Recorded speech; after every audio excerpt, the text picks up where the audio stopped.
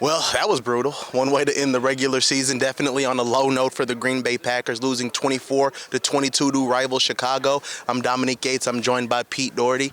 Pete, I guess what takeaways at all do you have from this game? The Packers just kind of played pretty flat. I don't know, what do you make of this? No big takeaways other than they're just struggling on offense. You know, I think back to when they had the best record in the NFC, and they played the 49ers in the divisional round.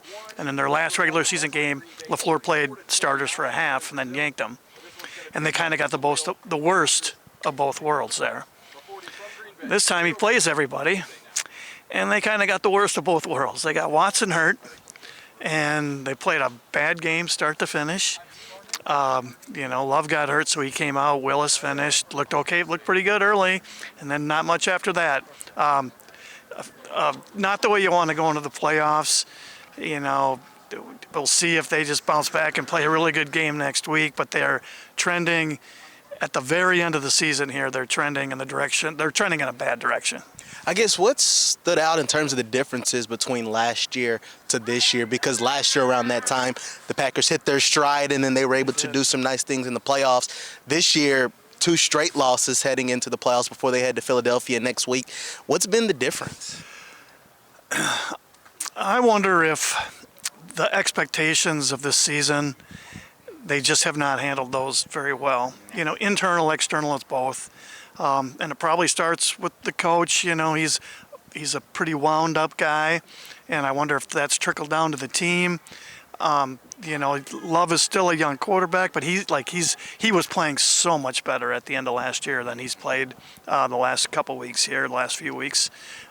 So that's what jumps out. But there's so many things you can point to, and it's funny, the Bears scored that touchdown on that special teams play where they reached into the grab bag from 2011. They used that same play, scored like an 89-yard touchdown, got called back as a holding penalty. If I remember right, it was kind of a phantom holding penalty.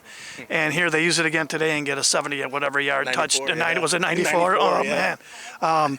They just completely stole 7 points there. It's just a really unsharp effort, especially these last 2 weeks. They're going into the playoffs on a real down note. Doesn't mean they can't win, but this is not the way this is the exact opposite of what they were shooting for to get out of this last game. Yeah, I think it's kind of interesting. You look at this team in terms of talent-wise. If they made it to the Super Bowl, you wouldn't be surprised. But if they lost next week to the Eagles, wouldn't be surprised at all. But that's the name of the game. The Packers fought, 11-6? At this point, 2 weeks ago, I wouldn't have been surprised if they went to the Super Bowl. At this point, I kind of would be. Yeah. A little bit more. Yeah. So they do have talent, though. Don't get me wrong. But they're just, the Love is he's just playing only okay at best. And just something feels off. Yeah. I don't know if that's something you can turn around in 1 week or not. Yeah, that is true, and it's kind of unique because this is the end of the regular season, and there's those questions we still don't have the answer for, some that are similar to week 1, but sometimes there's no clear answers right now for this team, and maybe they'll be answered next week heading to Philadelphia, but we shall see. Regardless, we'll get some cheesesteaks while we're there.